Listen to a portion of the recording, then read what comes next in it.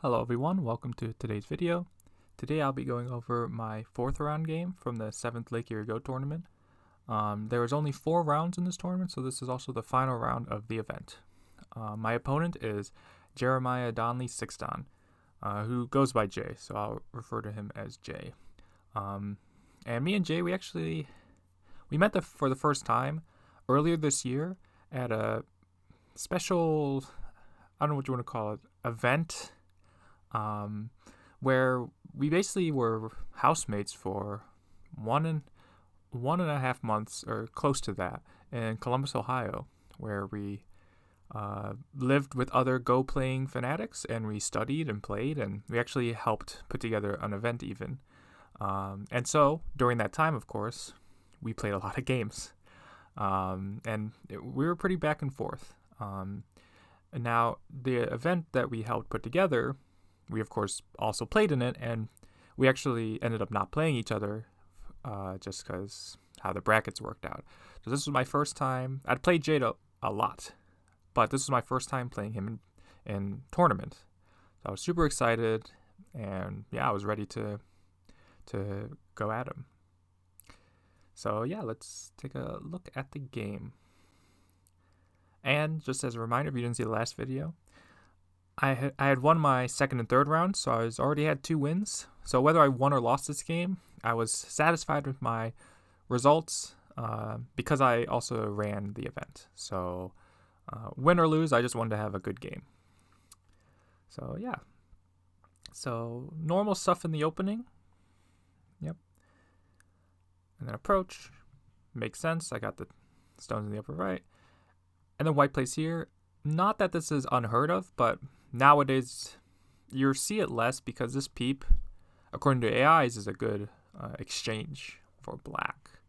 So usually if white wants to get this jump, white will usually kick first and then jump. Kind of saying, okay, black, now I know you're invested in those 2 stones, and now this peep, of course, black shape is over-concentrated. So usually if you want to jump, you do the kick first, but white just jumps out, and then I invade the corner. And here, what I've seen is when, in this case, black has the lower right joseki like this, it's usually just good enough for white to do the double hane variation like this, because this ponuki is meant to be a strong shape that can develop, but with black's pretty low position on the bottom, it's pretty hard to do that. So yeah, white could consider doing this. White keeps the corner. Black's not 100% alive, although black does have sente. So maybe white really wanted sente. Extend, and then white went elsewhere. And yeah, this move was strange because, like, it still leaves the corner open, c17, at any time. So I can still go elsewhere. So I'm not sure why white does not at least kick first and then pincer. Like, why not make that exchange, right? Make sure black, 1, is invested, and 2, make the corner harder to live in. So I thought just pincering outright was a little strange. And then I play this move. So I know the corner is open, so I wasn't afraid. So usually you do this one, but I figured when white pincered me, this white was super efficient with this extension, with white's wall here. So I didn't want to allow white to get that. So I was like, okay, even if white maybe gets a bigger corner, because white didn't kick me, later I can always reduce. So I wasn't worried about the corner. This move is more thinking about this group here. And let's say white does do this. This would give me the perfect extension to attack this wall here, or at least put pressure on this wall. It's pretty hard to attack this. But white still pincers. And in general, when your opponent has like this kind of wall here from the 3-3 josekis, the new ones, and they extend from it, usually you just want to attach. The idea being is, okay, white has thickness. I probably am not too interested in invading here at some point. So by attaching, the idea is we're just over-concentrating white, right? If white connects, that was going to be white's area anyway, so let me just reduce, get some stones on the outside, and help my stone at C11. And white really cannot fight this too heavily. So now white extends up. This move is okay. Usually you just want to connect because you don't want to give black any extra forcing moves. When you stand up, black can clamp. And especially here, you definitely want to just connect. Because if black goes here, this isn't sente. White can just keep pincering. And so what if black gets this push here, right? It's not that big. Black's not even alive yet. So usually you just want to connect like this, and then in the game, I end up getting this move, so I'll probably still play this next. But you can see like black's shape is not completely fixed now. In the game, though, white hanes. And this a little too slow. You can see these 4, 5 white stones that white was trying to attack with are just right next to each other. And now you can see white is pretty over-concentrated in this area. So, yeah, that's why you can stand up here. Just make sure you connect. But that's why I would just simply connect like this. Don't allow black the chance to make some sort of exchanges on the side. So this felt good for me. So I got to slide. And then white goes here, which is another questionable move. So let's assume, and this is why you want to kick earlier, because now if you try to kick, black will just ignore you. But assuming I had answered this earlier, the move white would play now is here. Protecting the 3-3. Still, black does not have an alive shape here, and yeah, it would be okay for white. But when you play this one, of course black's going to hane, and when you pull back, now you just have 2 weaknesses. And white has to connect here. White cannot, even though white wants to connect here, there's too much odds to you once black cuts. So white has to connect here, and here I thought he would just let me take just 1 stone, like this. He takes 1 stone as well, and yeah. But maybe this feels a little too good for black, especially when white was trying to attack. So maybe in that sense, it makes sense to hane, but this cut felt so good as black. White extends, of course. And then this move, yeah, this move might be surprising. The idea is I want to play this move. But as long as this Atari is like this, it doesn't work. As nicely, at least. It doesn't work as well. So I'm playing this move, saying, okay, white, if you Atari me here, then this move is a good exchange, and I have all my liberties still. Again, if I do this first, you can see when white cuts, this has taken away a liberty from me.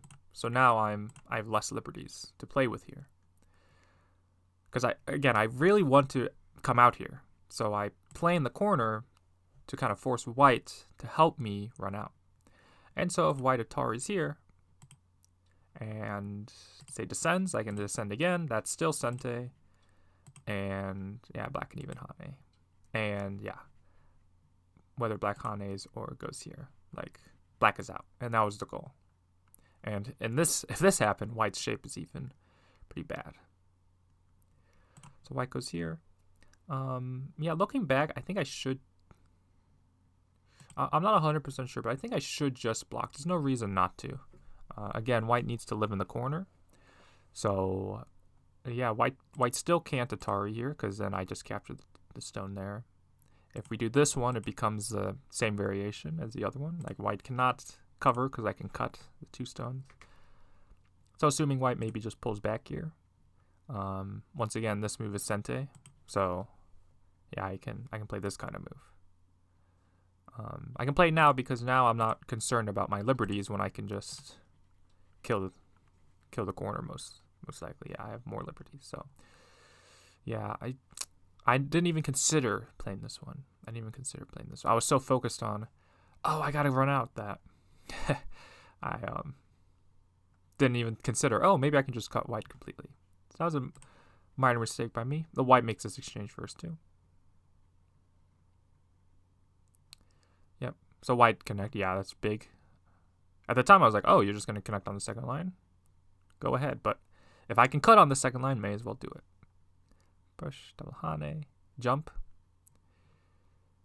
Yes, and we're about to see, or we're going to see that both sides really need to play E17. And just to show you right now, like let's say white had done that now, there is no real Aji in the corner here. Atari. Black just gets captured. But once black gets this move, this cut begins just to be pretty devilish for black. Again, not immediately, but once black has settled the outside. So, yeah, I think I need to do this now. I need to do this now because it's sente for both sides. I'm not going to be like, okay, white, have the very important cutting stone, right? So both sides really need to make that move. And yeah, here white needs to do this one. And again, this relates back to the corner situation. White extends. That both of us, of course, missed. So now I got it. Yeah, like before this, white could have simply gone here. The only reason why white wouldn't want to do this is there is like liberty things, but well, we're going to see the corner. We're going to see the corner. Hane, jump, break, jump, diagonal. So we're just have a running fight here. Now you can see that, okay, black has a weak group, or black has two weak groups, and white has one weak group. So probably white's better. But in the game, I was felt okay here, actually. What I thought white might actually do is, instead of this one, I thought white might just give up the stones. Something like this. I don't know, help the top side. But maybe white felt like black got too much. Like white was the one attacking first, and maybe this feels like too much. But I thought white might consider that. But white ran out. Jump. Push. Turn. Poke out the eye. Sure. Jump. And then cut. So yeah, so this cut is very, very annoying for white. So best case scenario is ko for white. Is ko for white. So let's see what happens. So this is obviously the keep move, right? If you do this one, it's just not gonna work out well for white, because and this is what the whole basis of this fight is dependent on, is this move is sente, and which means this move is sente. And if all those moves are sente, all of a sudden, like white runs out of liberties. Yeah, so if white goes here, Atari, like that, like it's too dangerous for, like white does not have enough co-threats to fight this. And it's a multi-step ko. White needs to play 1, 2, 3 moves to win this ko. So that sort of thing doesn't work. So of course this is a starting move you want to think about. And if black just hanes when white goes here, white has an eye, black doesn't. But black can play here. And once again in the game I read this, but clearly not clearly not deep enough. So if white cuts, it's a ko. Black goes there. It's either a ko if white extends, it's this ko, which is a direct ko on these stones. Or white goes here. Oops. White goes here. And then it's this ko. And these kind of ko's in the corners, this shape actually, a similar shape came up in my second round game if you didn't see it. So these kind of corner shapes do come up, so it's good to know. Like if you don't know there's a ko here, just like in the other game, like it makes a big difference. It makes a big difference. Problem is white can go here. And if I connect, I just run out of liberties. But, and so I was like, okay, that way doesn't work. So in the game I clamped. And white connects. And if I do this later, it's going to become like a seki-ish shape. But a seki for white is good enough. A seki for white is good enough. But after this, what black can do is Atari. And this is sente. or it's sente, of course, but if white takes, it would become just the ko again. So white's going to go here. And black would like to be able to go here, but white just Atari's here.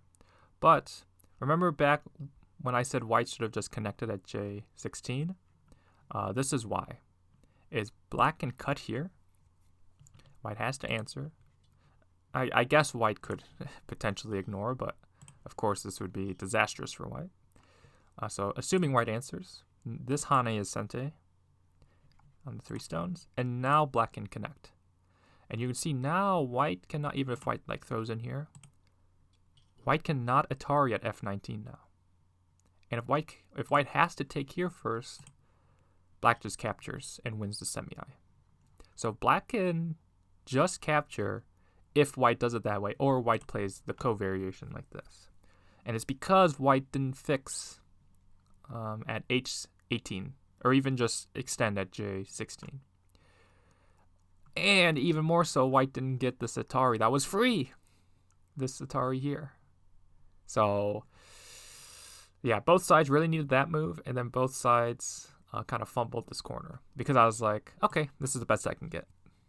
So white just connects, and then I'm like, okay, I've created a ko/seki shape there. So, yeah. So I just left it for now.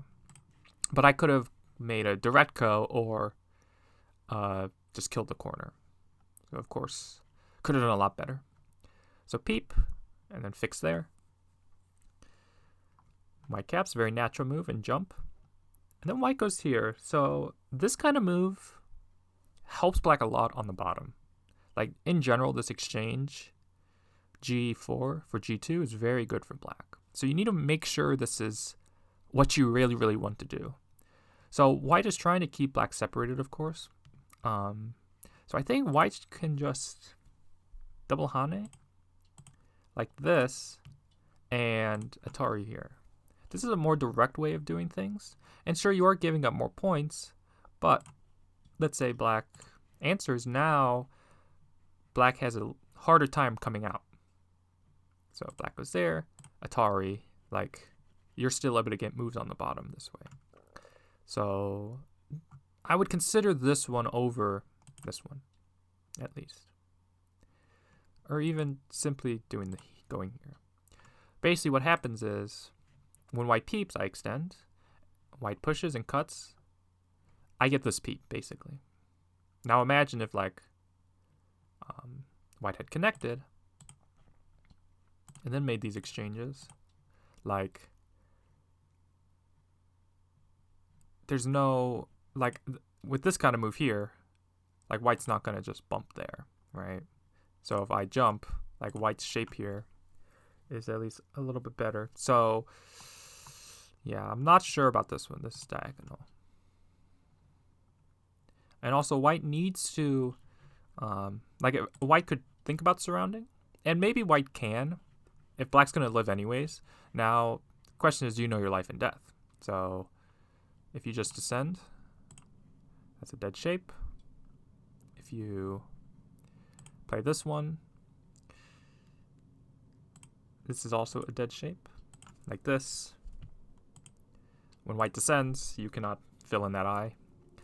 And this is kind of like not a reading cheat, if you will, but just like something to help you with your reading in these kind of scenarios is, what is the move white keeps getting that kills you? So like if I go here, what's the move that kills me? Okay, that one. When I go here, what's the eventual move that kills me? Right here. So here, you would think about A11 as the key spot. And in this case, it is. And the reason why maybe not a lot of players, but some players wouldn't see this is because it looks like, oh, well, white can cut. But because of this specific shape, you can still save this stone here. And so you can see if this is what it looks like, black has 2 eyes. So white could consider just simply surrounding, maybe even peeping here, now, and just allowing black to live with 2 points, right? And then continue attacking maybe over here. So, yeah, I'm not, because sure, white takes away my eye, but I can continue running out. So it depends on what white needs. White peeps, connects, bag and bamboo joint, white blocks, and then I can go here. And this move is very annoying for white, because this move is sente, right? If white, we'll assume that works for white. There's a ladder, but if I can cut here, then I capture all these. So that means white needs to connect, and then black can extend. So we can see that in this position, all of a sudden, white is now cut up, equally as cut up as black is. So that's why I kind of think white should just let black live, and white can just go somewhere else at this point. Just white settled their group, so just go somewhere else. But in the game, I was able to get this kind of sequence. And then I even get to extend here, which is just so important. Even though I had the ladder, this move is so important. So I place there, jump. And yeah, here, maybe I can simply go here. Because if white pushes this way, obviously it hurts the other side. And like white still needs moves on this side, otherwise like they get cut off over here. So I think maybe I should just jump. In the game, I do this one, white attaches, and then white's able to get this move. So yeah, even here, I think I should just do this. Again, I'm still threatening this kind of variation. So yeah, it's just a shape point. I'm not sure why I missed that or didn't play it. So wedge, sure. Point of the wedge is making, and we'll see it, but I'm making this move be an Atari when I go here is the idea. Play there again. Yeah, while this probably is better shape because it means later white, like here white can Atari here later. Of course, though, I'm looking at the group in the middle here. So play that one. Cut. And so here's the thing I'm talking about. I make that. So in this case, yes, I could go here. But after this, white's just probably okay. Yes. Yeah, although, maybe something like that has potential. But either or white can just take as well. But in the game, I clamp. Like that. And so now, again, I need to live here, but I'm saying, okay, I can connect out by winning this ko. I can capture these or capture these. So it might look risky for black, but honestly, I felt like I was in control. White has 2 weak groups. This group's already out. So this group is pretty much alive. White's getting surrounded here and getting surrounded here. Atari, take, turn. And yeah, this move was so important for black to get because it perfectly connects black. And white needs to spend all these moves on the inside to make one eye. Ko, Atari, connect. And then play there. Yes. Like, I could potentially try to do this, but like this would be pretty risky. Like if something like this happened. Right? And then white cuts there. Yeah, it's good luck reading all that out. Maybe it's possible, right? But with a faster time setting, it is very difficult to read this accurately and in a variation that's kind of all or nothing. So I felt I was still in control, so I just connected. White cuts, Hane, Atari. And yeah, this one, for sure, I think I can just take out the eye, because the cut is protected now. And even if black, or if white cuts, then just Atari. So yeah, this one was definitely a mistake. I do not need to connect here. Yeah, I'll just let white live. If I go there, I don't think white has a lot of options here. But just connect. Again, I was still being patient. Cut. Trying to help this group, but of course this really hurts the bottom, so I think I should just leave this, maybe just connect like that. I think it's the best. I was worried though about this group here, if white jumps somehow, maybe there into there. Something. So I wanted to help the center a little bit, but of course this really hurts the bottom side group. And I got this cover, so I even leave all this. So there is something important to mention about this semi here, or this group here is, so white fixes, is this move here. So this would kill. The problem is when white pushes and then goes here, it's a dual threat. So if I push Atari, white cuts, we fill in these liberties, white is ahead by 1 liberty. So white is alive, that means. But what that means is I can't go here, but that means this move is sente. Because if white takes, now this just kills. There's no dual threat. So that means white has to live somehow, which means I can live now on the left. So I still felt, okay, I between living here and the ko. Because, yeah, there's no way, if we assume, let's assume white wins this ko, something like this. Like, any semi that happens, black's going to win the semi. Black has so many outside liberties, so. So yeah, so I extended here. White took the ko. I played there, as promised, and then white had to fix. So I took the ko, pushed through, like so, and then white took.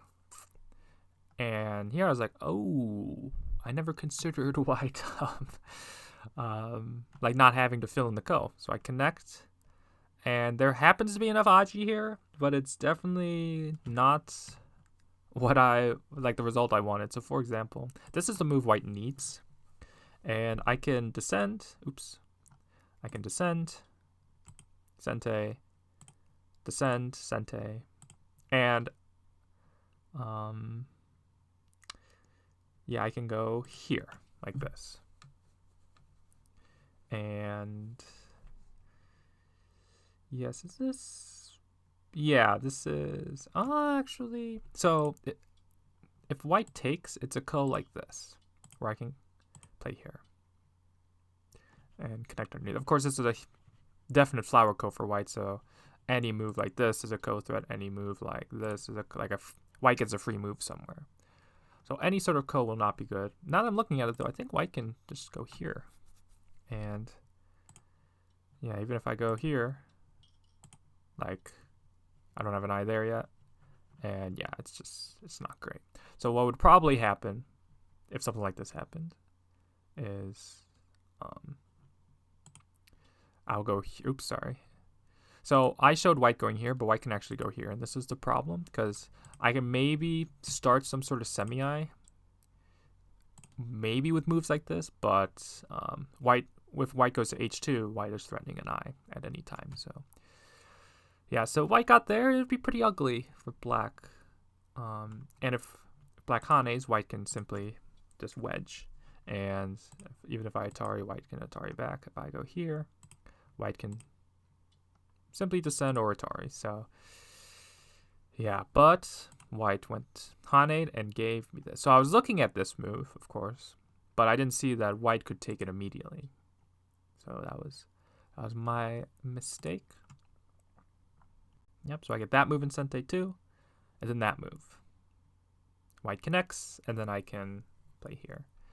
And then white descends, and this might look like a weird response, but I go here. So the point of this move is, one, this actually helps with connecting back to the corner. But two, white can go here in Sente. And this gives white an eye at 0-3. And that is very important. Very, very important. And even if I Atari, one thing white can do is start this ko. Because, say I take, And white has many co-threats, so we'll just play one. And I have co-threats too, so this isn't like bad for black, but just for example, if I fill here, white can throw in and take away the eye, and that's the issue. So if I have to, oops, not that one, go here, then white can even connect under. So that's why so even if I just say, okay, no co, white can connect at L1 at any time. Because if you notice, once I go here, white's group here on the right side of the center does not have any eyes. Of course, it has a base, but it does not have any eyes. Cut. Yep, so the point of this cut, by the way, is white's going to do things in the corner. And yeah, white's going to do things in the corner, and if basically white's going to use, let's see if I can do this. This isn't the order, but white's going to get this move, basically. And when I go here, white wants this to be protected already. So if white has to do something in the corner and a cut, this technically is not fully protected. Like I can't go here, but I can maybe Atari this way. And so white's trying to prevent that with this cut. So if I block now, we can see that if this sort of thing happens, now white's already protected it, like this. So that's why white cut first, to help against that. Now the reason why I protected the way I protected, I go here, and I'm not sure if this is a good reason, to be 100% honest, but if I do this one, I didn't want to see, let's say, white. Again, this move isn't 100% sente, but it's definitely risky to allow white to get this move. But I will just assume my answer is this move here. This move becomes very difficult for black to answer. Yeah, that's it. It's just very difficult. So that's why I played this one, kind of making it harder for white to use any sort of move here now, because my liberties are technically better, right? Empty triangle, I'm telling you, has its uses. So white cut and then played here. And the way white played actually made it easy for black. But of course, I give it back to white, because here I can simply just live in the corner like this. And if I live in the corner, I actually live in sente, because I can Atari here. Assuming white answers, I have sente now. I can maybe bump here, do something. And if white Ataris, I'm not going to connect and allow white to push through. Right, that would be disastrous. Instead, I'm just going to Atari. White will take. And I'm actually still alive. And this is where playing N2 comes back to help me, is if white hanes to make this a dead shape. This is not a ko. This is simply black just connecting on the first line. And same thing if white goes here, Atari. That move is sent. Basically, P1 is sente, so I have enough space. So I can simply just live. In the game, I connected, and we get a ko. Like so. We get a ko. Now, the thing with this ko, though, is if I live, again, white has issues on the right side here. A lot of issues. So white pushes at sente. And then I play here. Yeah, this is probably sente because, yeah, jumping here would actually probably just kill the whole bottom left. So white answer, although white answers incorrectly here. White needs to do this one. Because even if I jump, white's still connected like this. And if I play here, white can simply connect by going here. And whichever wedge I do, like white goes here, white can just block. So yeah, so this was even a good exchange for black, because now I can connect under a b4. Right there. White extends and I cut, or I fill the ko. Because again, white's not alive on the right side. So white cuts here, which white continues the ko, or does their continuation from the ko threat. And I connect once. And even though white can take here or kill this, if white does it immediately, white probably loses on liberty. So white has to jump first, which he does. But even then, I'm like, you know what? The bottom right's bigger, I think. Did I count? Of course not. But I just kind of had an intuition that, yeah, this lower right, is bigger than white can kill this. So I Hane here because I can't cut directly. But if I can get this Hane, however white plays, I can then cut because now I've fixed that weakness there. And then white makes the last mistake of the game. This one. Yeah, this one allows me to push and then cut. And this cut is now threatening to cut at S8 directly. So I've cut off this bottom group, but white can still lose these 6 stones. So white ended up fixing. If white, however, simply blocked, then when I cut, there's no problem for white. Now, maybe there's problems in life and death, but with moves like, let's see, this move is kind of in Sente. Like, white has a good enough base. So, like, maybe white can come back and kill this. Like, I still think black wins this game, but allowing black to get this move in Sente was huge because white fixed, and then I was able to come back and fix this group. So what did white get from the Ko? Pretty much nothing, right? White cut here, but now these 3 stones are floating because black's alive, so it's just disaster for white. So white plays there, white then invades, and I just come back and play here because white's still not alive here, so all this is Sente. Yep, and then I block, stand up, Hane. White's trying to make a Ko shape, and I simply just go here.